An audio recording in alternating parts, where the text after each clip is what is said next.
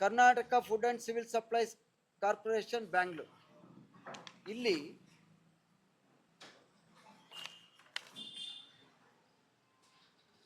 MK road lines ಅಂತೇಳಿ ಇದಕ್ಕೆ tender ಆಗಿದೆ. ಇವ್ರ ಕೆಲಸ ಏನು? ರಾಗಿನ ರೈತರು ತಂದು ಅಲ್ಲಿ ಸುರಿದ ಮೇಲೆ ಅದನ್ನ ತುಂಬಿಕೊಂಡು ಲಾರಿಗೆ ಹಾಕಿಸಿ ಲಾರಿ ತಗೊಬಂದು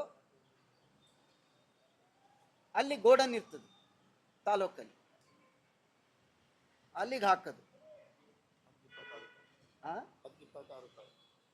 ಅಲ್ಲಿಗೆ ಹಾಕೋದು. ಇಷ್ಟು ಕೆಲಸನ ಮಾಡಬೇಕಾಗಿರೋನು ಈ ಟ್ರಾನ್ಸ್ಪೋರ್ಟ್ ಅವನು. ಇವನ್ಗೆ 1 ಕ್ವಿಂಟಾಲ್ಗೆ 32 ರೂಪಾಯಿನ ಕೊಡ್ತಾರೆ. ಇಲ್ಲಿದೆ ಟೆಂಡರ್. ಇದು ಕ್ಯಾಗ್ನಗರ ಒಂದ್ರದ್ದು.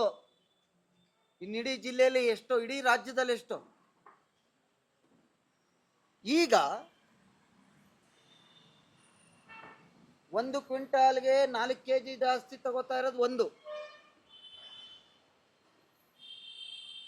ಎರಡನೇದು ಬಹಳ ಆಘಾತಕಾರದ ವಿಚಾರ ಅಂದ್ರೆ, ಇದನ್ನ ಪಾಪ ಕೂಲಿ ಕಾರ್ಮಿಕರು ರೈತ ಸುರಿದಾಗ ತುಂಬಿ ಗಾಡಿಗೆ ಹಾಕ್ತಾರಲ್ಲ, ಲಾರಿಗೆ.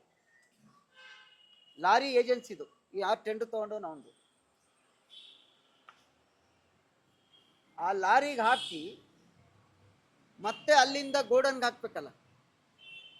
ಆ ಎರಡು ಕೆಲಸ ಅಲ್ಲಿ ಕೂಲಿ ಕಾರ್ಮಿಕರು ಇರ್ತಾರೆ. ಅವ್ರಿಗೆ 50 ಮೂಟೆಯ ಒಂದು ಬ್ಯಾಗ್ಗೆ 26 ರೂಪಾಯಿ ತಗೋತಾ ಇದ್ದಾರೆ.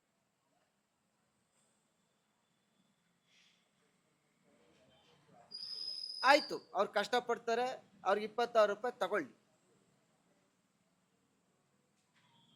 1 ಕ್ವಿಂಟಾಲ್ಗೆ 52 ರೂಪಾಯಿ ಆಯ್ತು.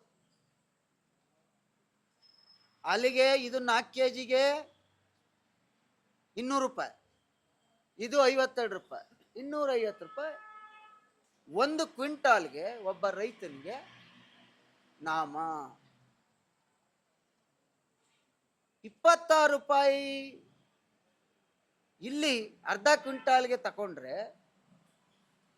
ಇಲ್ಲಿ 1 ಕ್ವಿಂಟಾಲ್ಗೆ 32 ರೂಪಾಯಿ ಕೊಡ್ತಾ ಇದ್ದೀರಲ್ಲ, ಈ ದುಡ್ಡು ಎಲ್ಲೋಯ್ತಾ ಇದೆ? ಈ ಲಾಬಿ ಮುಂದೆ ಯಾರಿದ್ದಾರೆ ಹಿಂದೆ?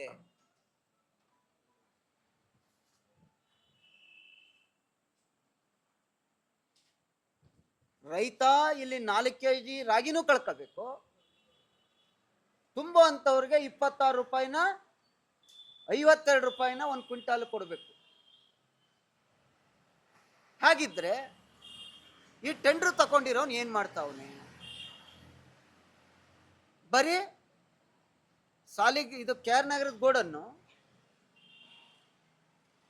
ಗೋಡನ್ನಿಂದ ಅದೇ ವೇರ್ ಹೌಸ್ಗೆ ಇವ್ರು ಎಲ್ಲಿ ತೂಕ ಹಾಕ್ತಾರೆ ಅಲ್ಲಿಂದ ವೇರ್ ಹೌಸ್ಗೆ ಅರ್ಧ ಕಿಲೋಮೀಟರ್. ಅಲ್ಲಿಗೆ 1 ಕ್ವಿಂಟಾಲ್ 32 ರೂಪಾಯಿ ಆದ್ರೆ ನಿನಗೆ ಬರೀ ಅಷ್ಟಕ್ಕೆ ಮಾತ್ರ ಕೊಟ್ಟಿದ್ದು. ಇಲ್ಲ ಐತೆ ಏನೇನ್ ಮಾಡಬೇಕು.